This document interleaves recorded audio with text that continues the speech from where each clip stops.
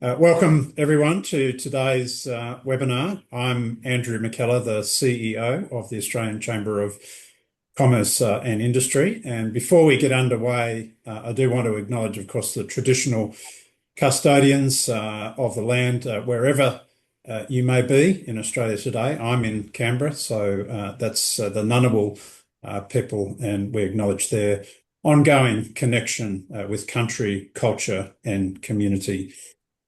So today's webinar is part of our Future Makers program.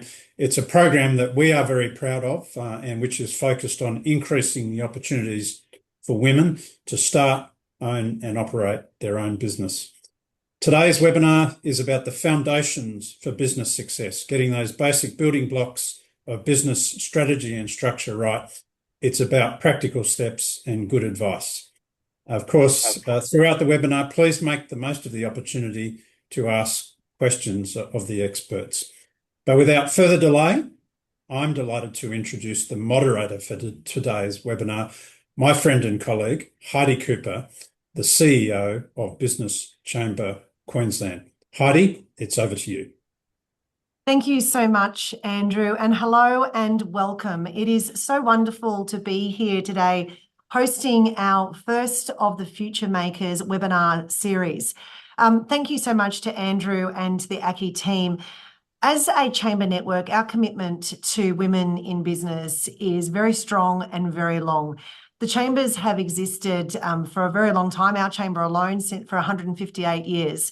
And in that time, our commitment has always been to fostering and growing business in Australia and making sure that Australia is the best place to do business.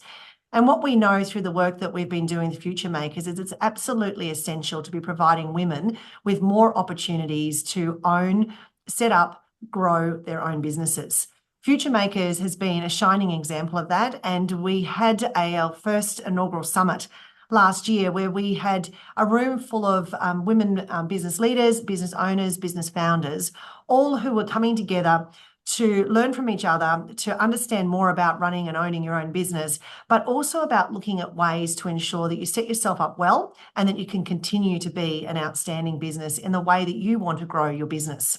Something that was really clear was that many women business owners and business founders really need to be looking at those foundational blocks and ensuring that right from the beginning, you set your business up in the right way, but also there are many junctures within your business time that you may need to be making different strategic or legal decisions.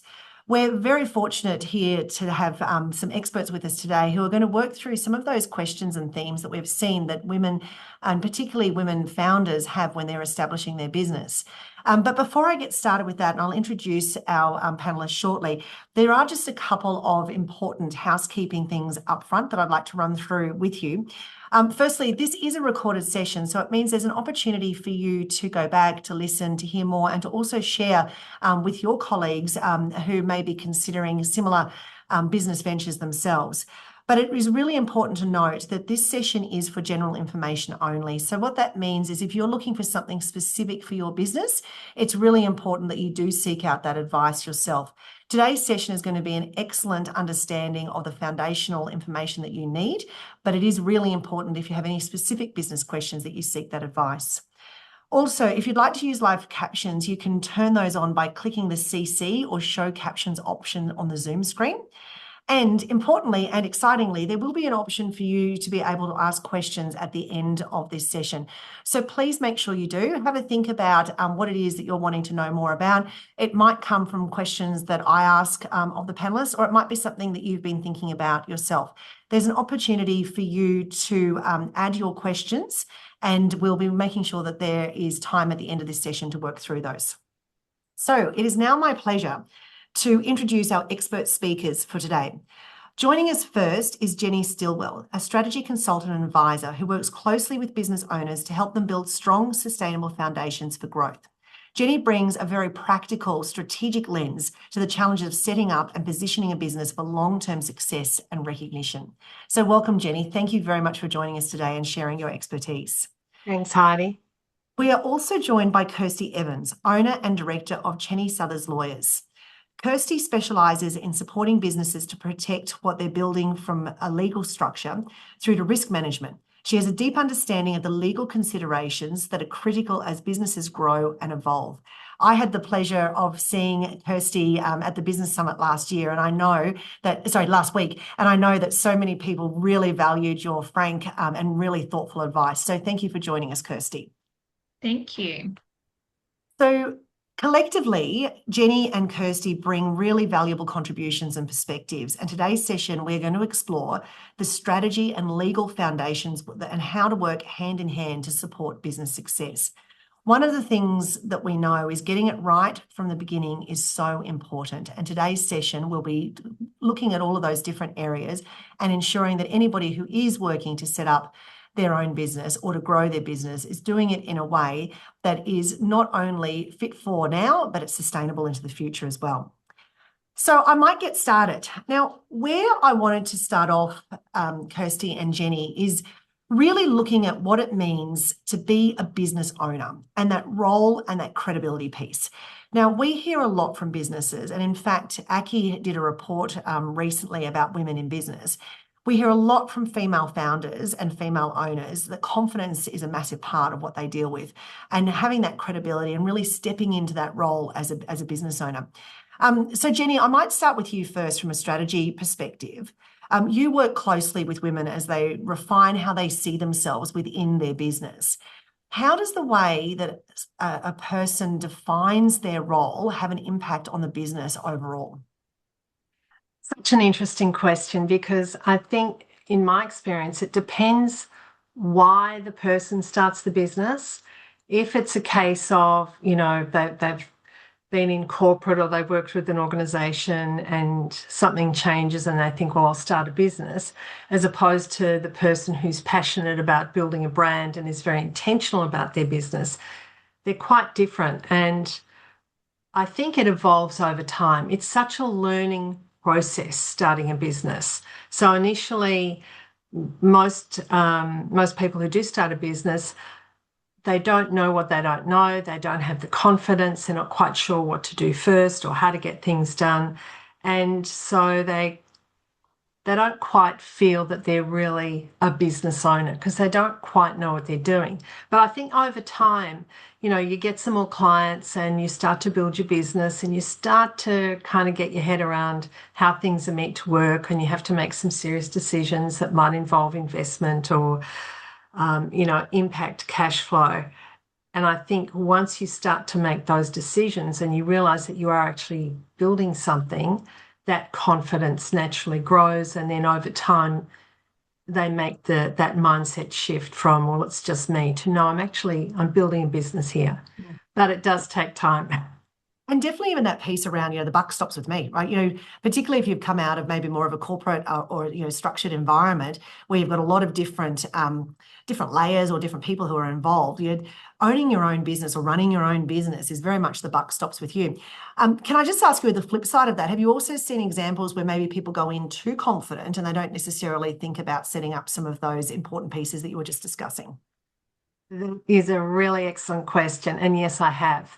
Not too often, I must say, because that's sort of a recipe for disaster, that they think they know what they need to know to build a business, and they don't think things like legals or financials or any of those foundational things are important.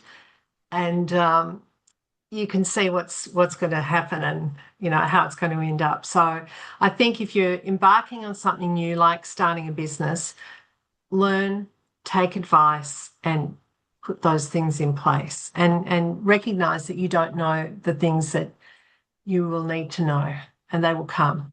Absolutely. And, invest in yourself and in the business. We talk a lot about that at the Chamber when we're talking to businesses, is, we would never not have an engineer help us build a bridge, right? Because we know that an engineer has the expertise they need to build a bridge. That's the same with a lot of these other elements and skills that are needed to set up a business. Like, we wouldn't take the chance of setting up our own bridge without an engineer. We shouldn't be setting up our own business without the right structures that sit behind us. So I think that's a really good segue to talk to you, Kirsty, about some of these legal elements. And what are some of those early signs that a business owner hasn't fully stepped into that role, and how does that play out in practice? What do you see? And I suppose I'd really like your views from a couple of perspectives. One is, what does good look like, but also what does not so good look like? Sure. So this is a really great leadway into, if anyone hasn't read the ACCI report, it's a really useful piece of information to read, because one of the key takeaways were that women in small business still, wear so many hats, and we're trying to do everything because we are often in our professional and personal lives the juggler. So when it comes to starting a business, we try and do every little bit that we can, whether we think it's a cost perspective or whether it's just because we're used to engrossing ourselves so much within our tasks at hand. So what we would often see for people who aren't really stepping into the owner role is still not that shift or that delegation of certain tasks and duties. And I understand that from the beginning it may be a cost perspective. So you might think you're prohibited from getting the right financial advice, or you're prohibited from getting legal advice.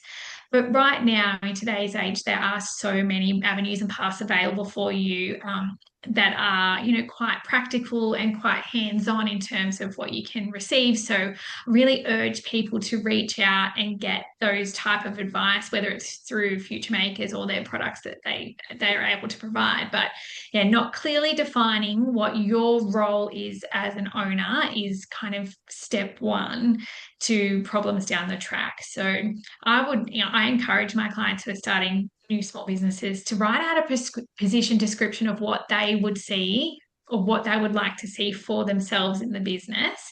And then really just remind yourself daily of what that position description is.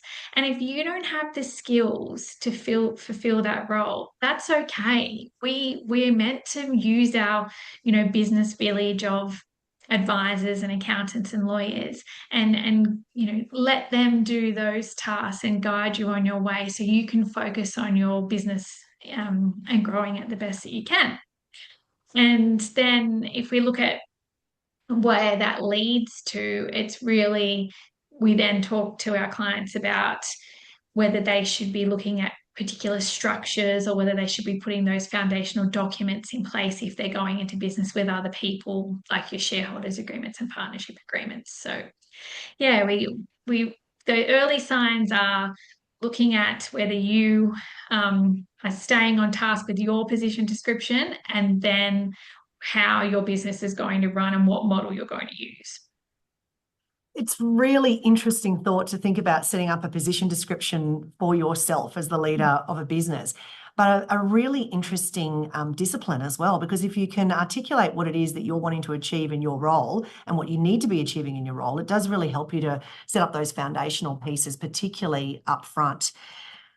So having said that, though, we know that a lot of businesses, particularly small businesses, evolve, and often we have a family business, and, a lot of it started in lounge rooms, and where's that point for businesses where they need to be thinking about, we're just getting by or we're just growing, as opposed to now I need to be thinking about this as a business? Is it as early as potentially when you're in your lounge room setting up, or is there a threshold or a junction point where businesses need to be thinking, or business owners need to be thinking about, this is a business and I need to be setting up that way?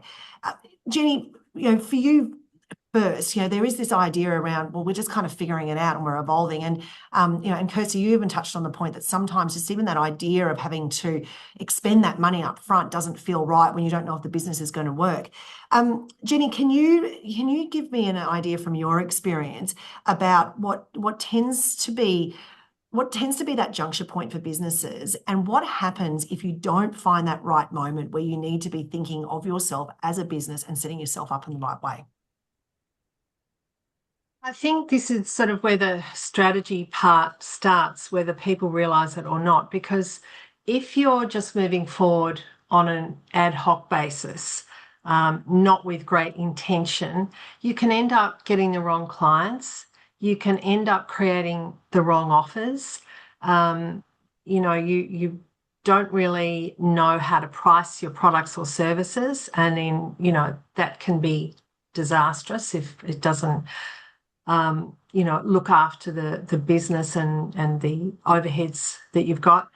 So I think it gets to a point when, you know, a business owner's got enough clients and they've put enough offers out there and there's enough going on in the business and there's a bit more complexity happening and it's a little bit out of control and they're a little bit overwhelmed, and that's the point at which they typically say, okay, this is not sustainable. And it may be, I don't know what I'm doing wrong, I need some advice, or it could be, I've got too much going on.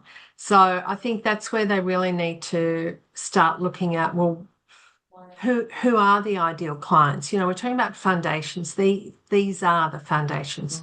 Who do I really want as clients?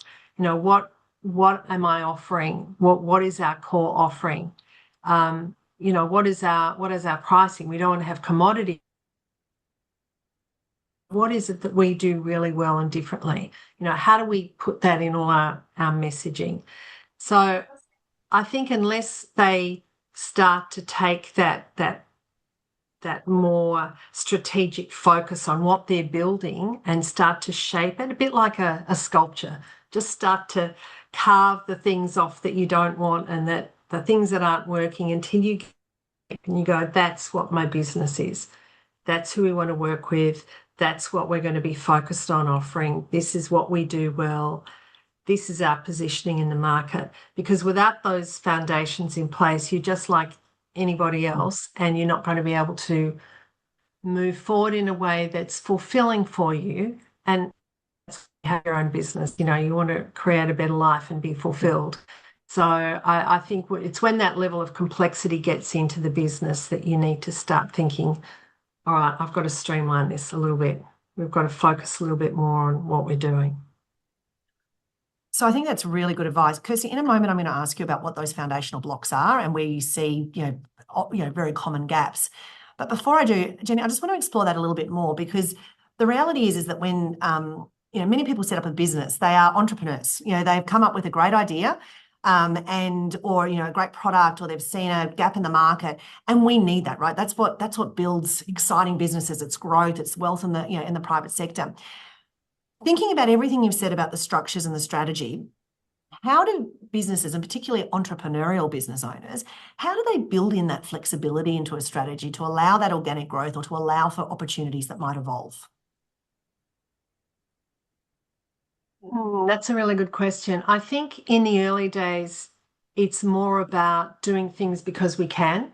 And a lot of business owners start as a service business doing what they can, whether it's, being a lawyer or an accountant or, whatever it might be. It's something we know and we do it because we can. And that inherently can be a problem, because you do things for many people because you can, but you need to get back to, well, what am I really good at? So I think there's always room in there to look at new opportunities and new ideas, and to maybe deviate a little bit from the strategy and think, well, I hadn't thought about this, but what a great opportunity is presenting itself here. But as long as you've got the lens to look at that opportunity, taking into account these foundations, is this still in line with who we want to work with and what we want to be doing, or are we creating a whole new business model here? And maybe the answer is yes, but you need to make that strategic decision by asking yourself the right questions. And if the answer is yes, yes, yes, great. If it's, I don't know, I don't think so, you've got to be honest and you've got to be able to screen those opportunities with a little bit. I think that is excellent advice. It's almost that purposeful decision making. So it's not chasing red herrings and potentially expending, your own time, resources, capital in something. You're actually saying, well, look, this is an opportunity. Does it fit with my overall strategic objectives? So that's fantastic. Thank you. Kirsty, can we now talk about some of those foundational blocks? What are they, and what do you see as the common mistakes and gaps? Sure. So if we take it back to where you were saying that you're a family, you're sitting around, the lounge room and you're thinking, we've got a business idea here, what are we going to do? That is the time when you start thinking about your foundational documents. And I know people will think it's too early, but what I would say to them is that you are planning for growth, change, and adaptability and a profitable, successful exit. So why not look at what that looks like from the outcome, from the beginning? So we encourage people, if they have that idea and they're working together, while you're in that excited phase and you're thinking about the potential of your project, why wouldn't you want to agree on the parameters of how you're all going to work together? That's when the spark's there. We're all thinking about fairness, kindness, equality between each other. So let's sit down and let's document what that is now. So if we're talking about partnership agreements or shareholders agreements, so it depends if you're looking at it from an individual perspective or a corporate perspective. We would want to go through and talk to people about, well, what are we each devoting to the business in terms of time and money, and set that all out so there's no discussion or disruption later about who's putting that focus on the business and who's driving it forward. We want to speak to people about, well, what happens if there are uncertain events? Like, the biggest thing that we talk about is death, divorce, bankruptcy. And what would we expect or want to happen if one of those things happened to anyone in our circle that we're building this business with? And we can draft and we can create avenues for people to exit if things do change, or if we need to bring new employees into the business for retention. So I appreciate that when we're looking at small businesses, it's a starting block, but two friends sitting around coming up with a business idea at the very minimum deserves a partnership agreement, because in my opinion, you are then investing in doing it right together and growing it into something profitable in the future.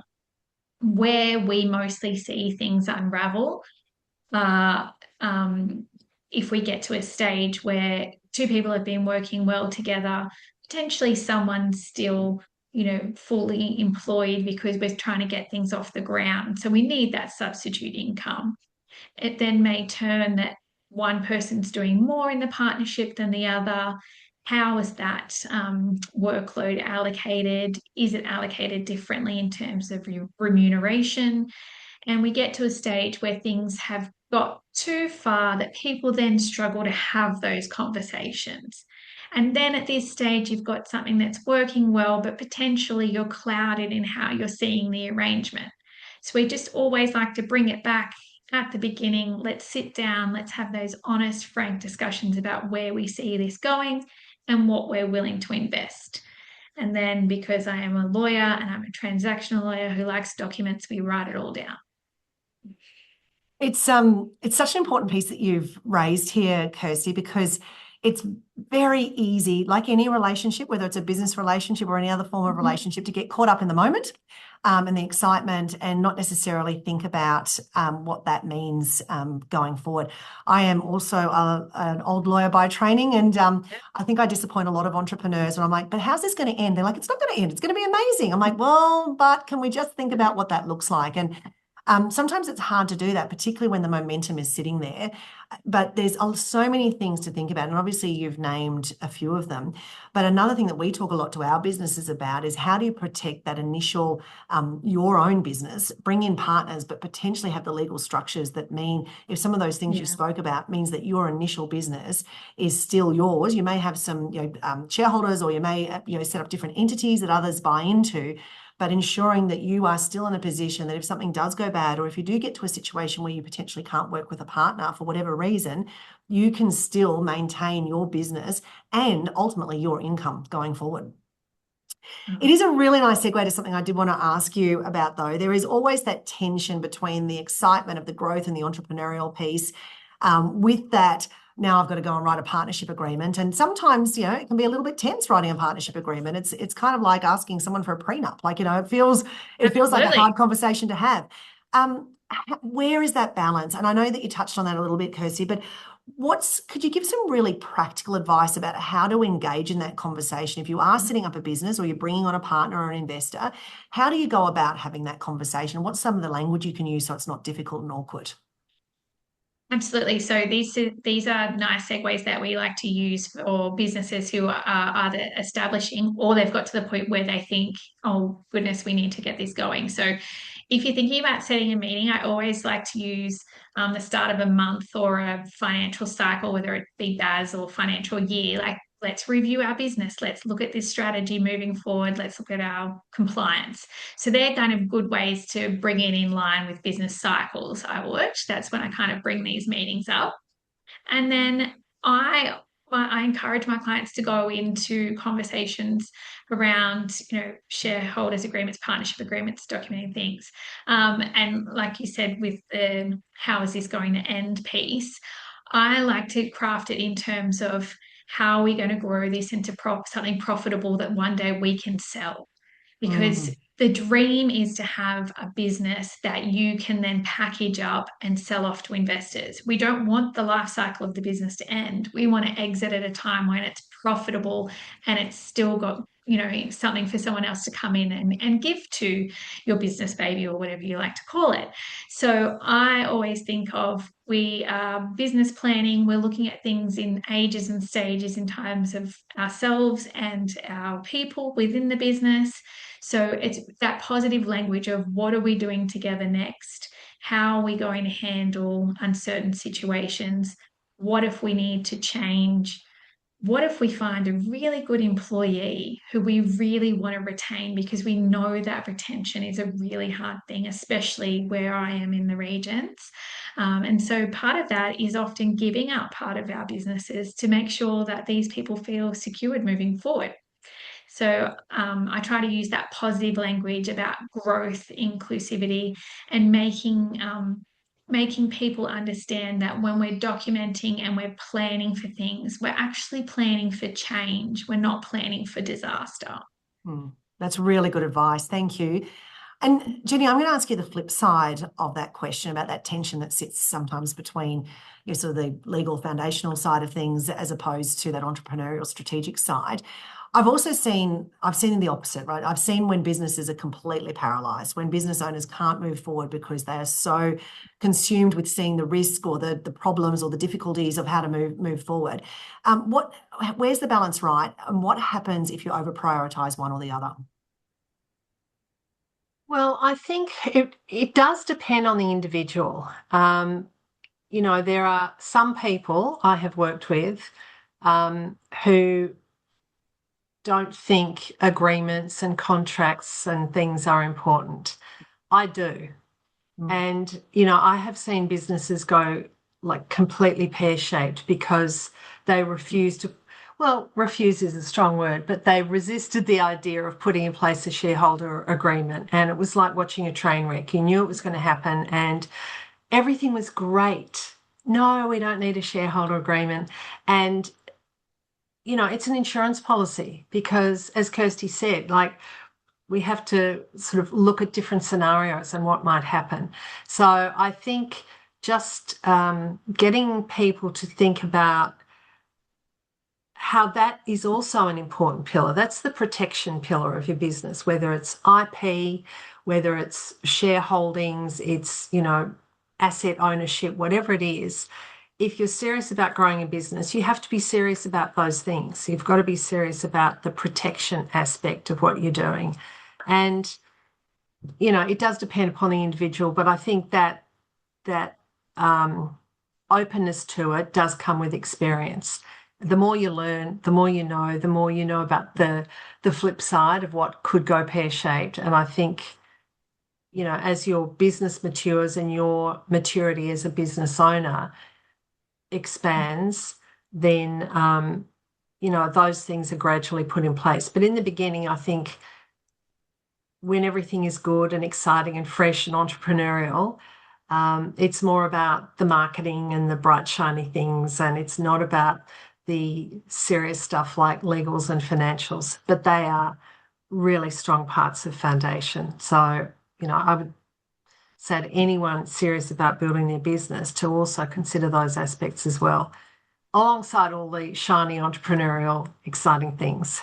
Yeah, absolutely. And, I think even the term foundations really helps you to understand as a business owner what that means. And the reality is, like any foundation, if you get it right up front, it means that you don't need to continue to worry about it or focus on it. You can go on and do the other things you need to do because you know that you've set things up right at the beginning. You've got your shareholder agreement in place, or you know how it is that investors can contribute, or you know how you start thinking about how employees can potentially have an equity share. And if you've got that established early, then you can go on and do all of the other amazing things you want to be doing in your business.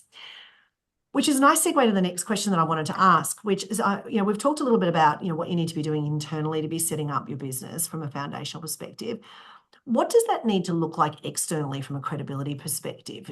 We talk to businesses a lot about going for procurement, government procurement, tenders, and the reality is that large buyers, for whatever reason, whether that's your bank, your investors, your customers, they all look for credibility in the market. What are some of those, and I'll ask you both the same question because I think you'll come at it from a different perspective. What are those external visible indicators that show a credibility of a business? Do you want to go first, Kirsty? Or either? You go. Yeah, sure. Okay. So external things for us would be if you're going for a tender process, or if you're a builder or a supplier or someone's coming to you and you don't have those relevant supply agreements in place, you're going to be behind any of your competitors straight away. So I'll give a very broad example of a candle making business, and you would like to put your product in a certain street or in a certain business, and you want to know that it's an exclusive thing, it's just going to that boutique, and that's where it will all go. And if you're the boutique owner, you'd also like to know that this is an exclusive product, I only have it in my boutique, I don't want it to be across the road, 3 doors down, all of these type of things. If you're going into that arrangement and you simply sign off on a customer order and your product arrives in store, you have no control thereafter if you've not documented those arrangements from the outset. So then thereafter, when the product is already in someone's store and they've potentially paid for it, you have little to no control over how that will be, managed moving forward. So if you're not setting up the parameters around the relationship between you and your distributor retail shop, it's really not going to look, it's not going to look like someone who will want to do business again with you in the future if you try and rewrite the understanding of the agreement after the fact. So it's kind of one that I would always encourage people to do, because if you don't get that right, you're then going to have that person or that entity tarnished with how they've dealt with you in the past. And then if they want to have another relationship with you moving forward, they'll know that you're, from their previous dealings, that you may be behind on those relationships and documentation. The other thing that we will see is people not having adequate licensing or compliance or insurance for their business. So take, for example, if you're a real estate agent and you have real estate assistants going out and showing people tours of houses for their business, and you don't make sure that they're appropriately licensed. Many people don't know that if you work in a real estate agency, you have to have your own licensing or be studying. So if you've started up a new business and you thought you'll just get in some help and then you'll get that person to go out and start showing homes for you, you could find yourself in a real bit of a tiz if your compliance is not up to date. So yeah, and then moving forward, people won't want to think that you're reputable or that you're compliance based because you haven't done those things or availed yourself of that knowledge early on in your business. Thank you. Jenny, same to you. What indicators do you see? I'll come at it from a completely different angle. I think it's professionalism, which does embrace a lot of what Kirsty's just said, how you structure your terms and your commercial side of your business, but it's also consistency of message. So I think, if you're very certain about, your marketing foundations and what your business is all about and your pricing structure, and you're really confident about that, and there's a consistent message of, you know, what you do and who you do it for, and it's showing to the market that you are a proper entity to deal with. And, you know, you're not someone who's going to be fluffy or flaky or change their mind or say, well, you know, this costs $100, but oh, is that too expensive? Well, maybe I can make it 80. You know, like those sort of things that people do when they first start a business. But once you start to become really confident with what you're doing, and that consistent message appears everywhere, even with pricing and fee structures. I've had clients, you know, smaller businesses, really uncomfortable with lifting their fees, really uncomfortable. So it's only confidence. It's just confidence. So practice it, you know, just be comfortable saying it. You have to do those things. And if you are confident with foundational pieces like that, to the outside world, you're a serious business. I remember dealing with a company many moons ago.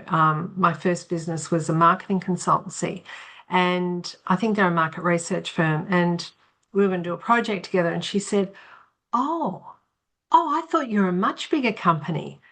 And I said, no, it's just me. And I had some like casual support team around me at the time. And she said, oh, no, I thought you were much bigger. But it's because I'd come from a corporate background, and I guess there was part of me intuitively that understood these foundations and put them all together and represented that to the market. So the people you deal with just see this professional package and they have confidence that you're the right person or the right company to deal with. So I think those things are really important as well, which is more the marketing than the commercial, but put it all together and yeah, you're a serious contender. Oh, absolutely. And you've touched on a couple of really important points there. The way that you present to the market is really important. And we have this conversation with both government procurement as well as large company tenders. Simple things like, you mightn't think it's important at the time, but making sure that your website is good. It doesn't need to be extensive, but you know that it's good, easy to use, and they can find the information. The first thing they want to know is who are you, where are you? Things like, you know, if you're going for government procurement, have your ABN accessible. You know, it's those sorts of things that show that you are a legitimate company. The other bit, though, that I think that you've touched on, which again, it's a commercial element, but it does sit so clearly in the confidence piece, is about valuing what you do and valuing your service. And if asking, you know, charging for something or asking for money or whatever it might be is not something that sits in your confidence, in your comfort zone, actually practice it, because all too often businesses, and we see it a lot with female-led businesses, they don't value themselves, their knowledge, their IP, or what it is that they are actually contributing. And someone once said to me, and it was good advice, you can go broke on the beach, so why would you go broke working, you know, many hours in a business? And it's a really important thing to remember. You must value yourself, you must value your knowledge, your IP, what it is you're offering, your product, your services, if it's a product or if it's knowledge and skills. But if you don't do it, there's a lot of other places you could go broke. So I always keep that in mind. I'm conscious that we will open up for questions in a moment, so please make sure that you're getting them in. I might just ask one other question. What if there's somebody on this webinar now, or if you're speaking to someone who says, I've left it too late. It's too late. I've set up this business. I'm already in knee deep with a partner, or maybe it's not working, or what would you say? Is it too late, or can you, like, if you didn't do it at the beginning, what can you be doing now? I'll say it's never too late. It's never too late to have a conversation. I think at the end of the day, it's those hard conversations that fester and that have businesses come undone. Whereas potentially if you've got a business situation where people are struggling, it may be that you both have different ideas about where this is going from now. So we just need to bring it back to those basics. Why are we here? What are we wanting to do together? And how do we and what's our next step for us? And I just think they're really powerful conversations, because you may find that the people you're in business with no longer want to do it, and that is completely fine. Mm-hmm. And as long as we go into that knowing that, you know, we are individual people, we created something together, And at the end of the day, we are human, we're adaptable, we all change. It's just the nature of the beast. And, there are certain things you can do, and whether it's legal, financial, marketing, commercial wise, to make these transactions work for you or to help you both exit amicably. It doesn't have to be an explosion. And the fastest way for that is to say nothing. Avoidance is the fastest way for things to go wrong. Such a good comment. Jenny, any remarks from you in relation to that? Yeah, I think it's never too late. I agree. And sometimes these things require really tough decision making. And you have to make difficult decisions in business. You have to do difficult things at some point. If you're in business long enough, you have to. So if something needs to be addressed, get the right advice and make the decision. It's not too late. Just fix it and move forward. And I think the other important thing to remember is whatever it is you think it's too late to fix or to change direction, it's just not, because we all see our business through our lens. Other people aren't looking at our business like we are. They don't even notice. It doesn't really impact them as long as there's no disruption to the service they get or the products they get. It doesn't concern them. We are consumed by it. But we've just got to remember that no one else looks at our business as critically as we do, and it's perfectly okay to fix it, change it, and move on. Yeah, absolutely. And businesses evolve. So what you thought you needed maybe 10 years ago could be very different now. And not just business, markets and customers, and they all evolve. So having that continual check-in, it's probably actually a good reminder to say it's something you should schedule quite regularly, even if you're an established business. Have that check-in and have that regular, rethink about, how have we set this up? What does it look like? Do we need to be, evolving things or making things look a little bit different? I'm going to pause there. This is incredible. I feel like we could keep talking for ages, and I've got so many more things that I'd like to ask, but I can see that there are questions that are coming in. So I'm actually going to hand over to SK. Would you like to start opening up some of the questions that we have from the audience that is listening? Absolutely, Heidi. Thank you so much. Thanks, Jenny, and thanks, Kirsty, as well. So the first question we have is, what criteria should I be using to work out whether a professional, like an accountant or legal people or whoever, is actually good? I've heard horror stories from other small business owners who relied on an accountant who was wrong and it costed them thousands. Great question. You want to start off, Kirsty? Yeah, I think the biggest thing is referrals. I work just as you will rely on referrals for yourself for your own business, that is how we conduct ourselves as well. And so as professionals who are professional services firms who are providing assistance to businesses, we work strongly off referrals, because the way it works is that you need all of these people in your business village to get along. So you need your accountant, your lawyer, your broker, all of those professional services people to work together to advance your business interest. So I would consistently look for referrals, and I would consistently look for people who like to work together, because they're going to drive your business forward. Yeah, Jenny, anything to add to that? I'd agree with that entirely, and referrals are critical. But the only other qualifier I would put there is that make sure the person referring is using that resource in a similar way.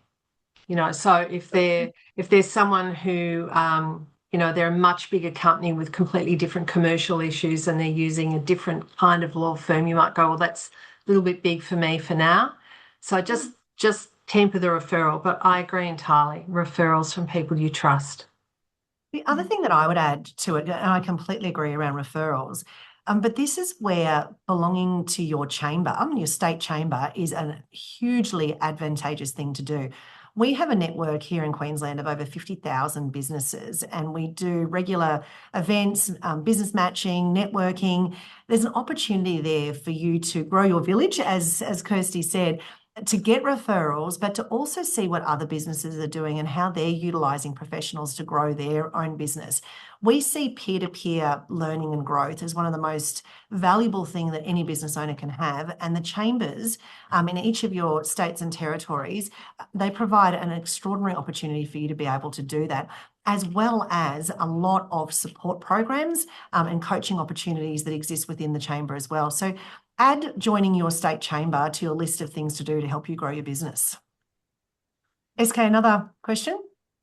Yes, we have a few questions flowing in. So one is, I run a consultancy, so basically I am the business. On the idea of exiting and selling the business, I'm just not sure what I would be selling. Do you want to go, Jenny? Yeah, I'll go and you can finish it off. Go for it. I'd start definitely with whatever your core methodologies are, what you do for your clients and how you do it. That needs to be structured into a framework that's unique to you and packaged up in a way that's unique to you. And then maybe that's something that you could license to someone else or sell that IP. So it's a service, but you can productize it, you can package it, and then there are ways to put value around that and sell it. Kirsty? Yeah, I think that's good. And just your client base. You've built a client base. And if you have a business, it's a consultancy service, and you've built up this great client base and you think now it's time for me to step away, what you have is a trusted network of people who value what you say. So if you're able to transfer that trusted network to someone else, and that may be by training, support, services, you actually have a sellable client base there. So that's something that we would work towards. And it may be that you have to stay on for a little while to help that client base transfer. But there's a lot of value in what you've built. So you should recognize that value. Yeah, absolutely. You need to recognise your value. And that goes back to that conversation we were having earlier about a lot of business owners, and particularly female business owners, don't recognise their value. And I think that, there is always, if you are successful in business, that means you are successful at providing value to somebody else, and that is valuable within itself. The only other thing I would add to that, though, and we do have this conversation with a lot of businesses, it's actually okay not to want to grow. Like that is actually not that's not the actual ultimate outcome of a business. And we talk to businesses at all stages, but also in all sizes, who say, I have no aspirations of growing. I just want to thrive doing what I'm doing. So keep that in mind, that the success of a business is not necessarily growing into a multinational, right? Like that's not there's not a good or a bad version of a size of a business. It's okay to say I want to thrive, and a lot of what we've been talking about means that you can thrive in the existence that you are today. SK, another question? Sure. In terms of business continuity, do you recommend appointing an alternate director to ensure continuity in the event of an accident, illness, or death? So there's different ways of looking at this. If you are a one-man, woman band show, then you are the business, you are the face of it.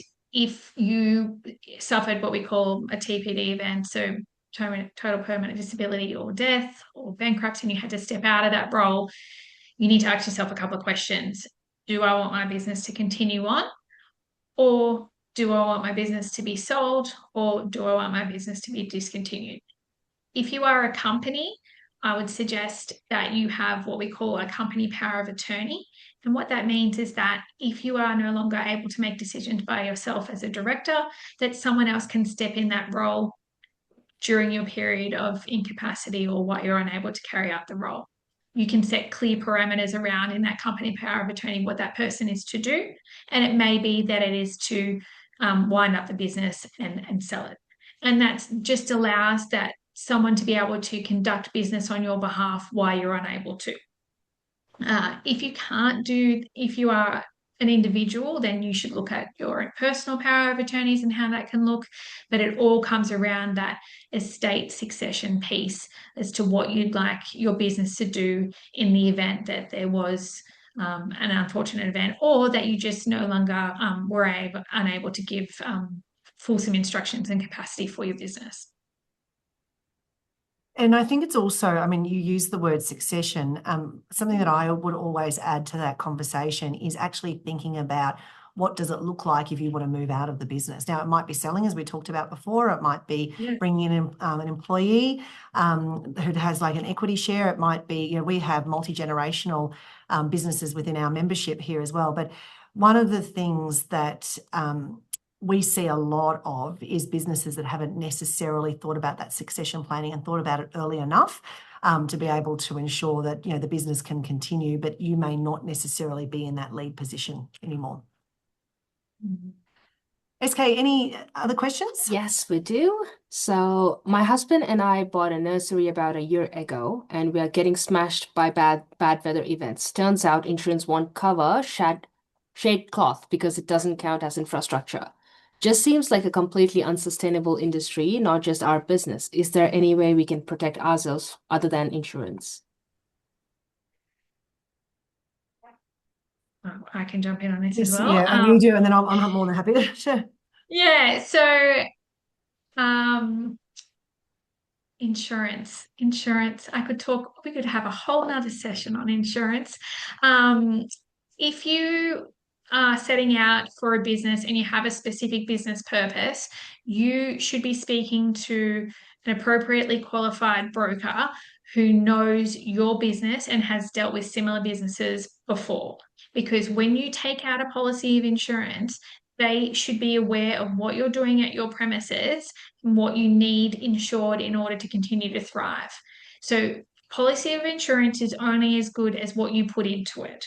So if you haven't, you know, described your activity and you haven't found a broker or insurer who understands what you're doing properly, then the policy of insurance will not be your safety net if something falls away. They are long, lengthy contracts in effect between you and a conglomerate entity where all of the power of the contract is held by the insurer and not you. So we need to be finding those relevant policies from the outset. Short of that, without insurance, you will need to craft your own business safety net for those weather events. As an aside, for being a small business owner, I also am one half of a farming partnership, and can I tell you that weather is just, you know, at the forefront of our minds all the time. So I do really feel for you. It's all about that getting the right piece of insurance at the outset. I couldn't agree more. Insurance is one of the most significant issues raised with us by businesses at the Chamber, and it's everything that you've described as well as cost and insurability. I actually can't add much to what you said, Kirsty. I think that's right, that you do need to get some support and you need to make sure that your insurance is fit for purpose. But also I come from the state of Queensland, so we have a lot of significant weather events in Queensland.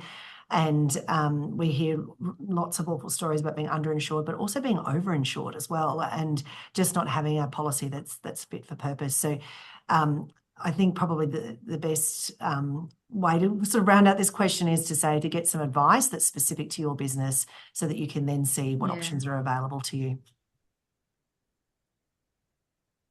SK. Yes. This question's for you, Jenny. Jenny, what you were saying about developing a framework on how we do things uniquely that we can then sell. Where do you then go to sell something like that? It's not like I can just put it on Facebook Marketplace. So where do you go? Who do you talk to? Thought it was going to be a different question about how do you develop that IP into a framework. Well, I would get legal advice on that because I wouldn't put it on Facebook or Marketplace or anything like that. If you have valuable IP that helps you guide your clients through whatever it is, and there is a way that you do it that's different from other people, that along with your client base might be something that someone else in a similar space would be willing to buy. You know, if the time comes and you're thinking about selling that. So I would start with getting some legal advice on packaging that IP, and then I would take it from there. Okay, well, who might buy this? Do I want to sell it, just sell the IP in its entirety? Do I want to license the IP and still be involved? Do I want to train other people to use it? So I would spend the time putting that framework together and making it very uniquely yours. And then I'd get probably some IP legal advice as the next step.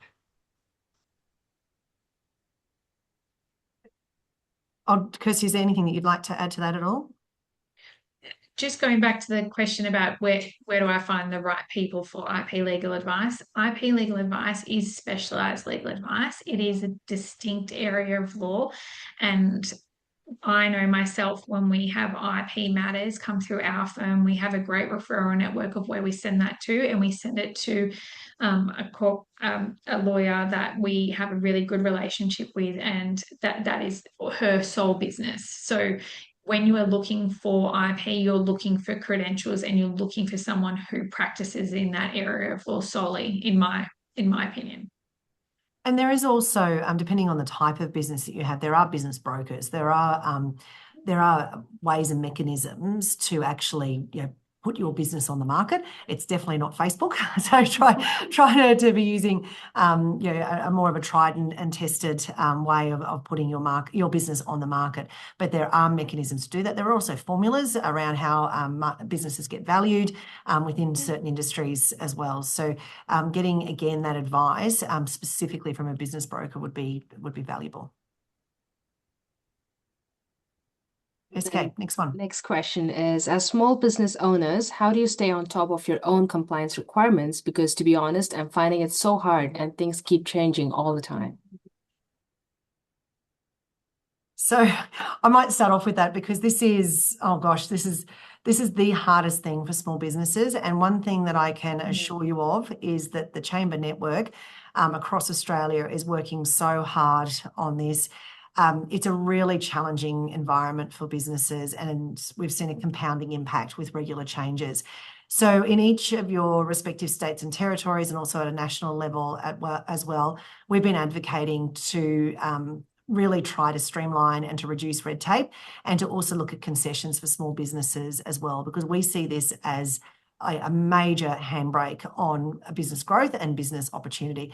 And you're not alone. Sadly, you're not alone, but our data shows that there's an extraordinary cost to businesses, and that's both a direct financial cost, as well as many small businesses are needing to employ an entire person to manage their regulatory burden.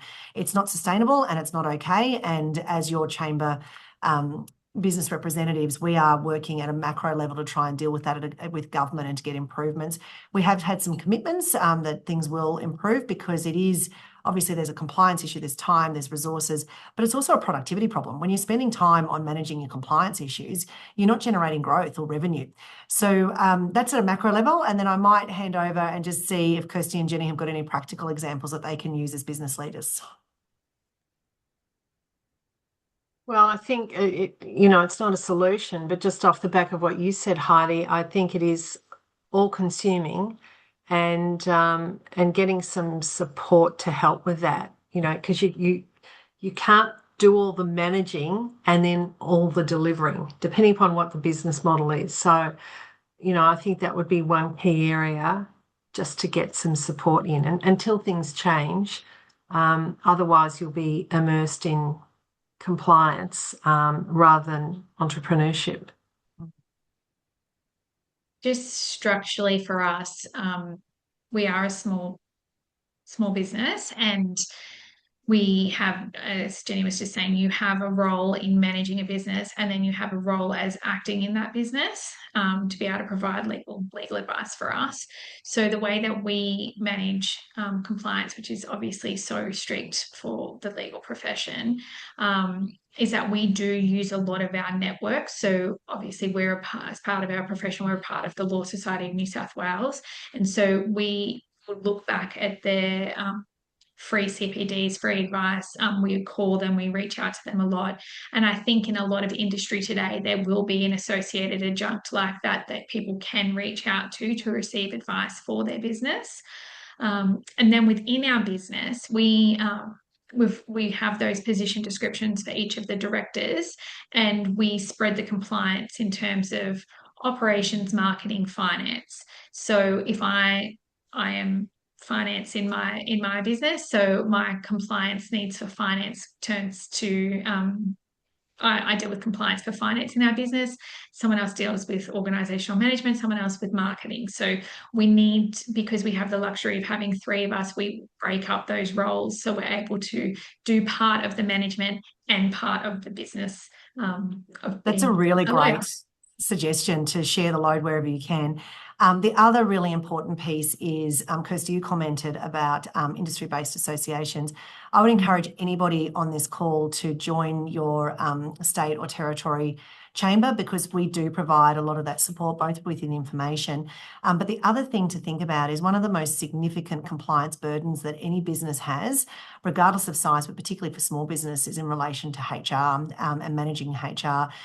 Every chamber in Australia provides HR services, and because we are not-for-profit organisations, it's done at a very affordable price for members.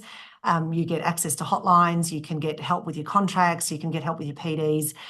We are an employer associations, which means that we are here to support business owners, employ people, and take some of that burden away. So there are options for you out there, and I'd really encourage you to explore it. I am super conscious that we've hit time very quickly, and much more quickly than I had planned for us to do. I know that we are all busy people trying to run businesses, so I will draw this to a close now. I'm conscious of everyone's time. This session has been recorded, so if there's anything else that you would like to go back and revisit, please do. I need to say an enormous thank you to both Kirsty and Jenny. Just to have that opportunity to tap into your experience and wisdom, it's been pure gold. Could not be more grateful. Thank you for taking the time. Everyone who's joined today, thank you. We are here as a chamber network to support businesses and business owners just like you. Please reach out to via ACCI or via any of the state and territory chambers, because we want to support you and ensure that your business can thrive. Our next session is going to be looking at the smart money. So we're going to be looking at that critical thing that how are we bringing in money, how are we bringing in revenue, and how do we continue to grow that pot for you to be able to do what it is that you need to do. Make sure that you stay connected to Future Makers so that you hear about that session and many more sessions that we have. Thank you for your time. Thank you for being here today. Thank you most especially to ACCI for their leadership role in relation to this really important issue, which is ensuring that female-led businesses and women business leaders can continue to grow and thrive. Thank you, everyone. Goodbye, and I'll see you next time. Thank you. Yeah.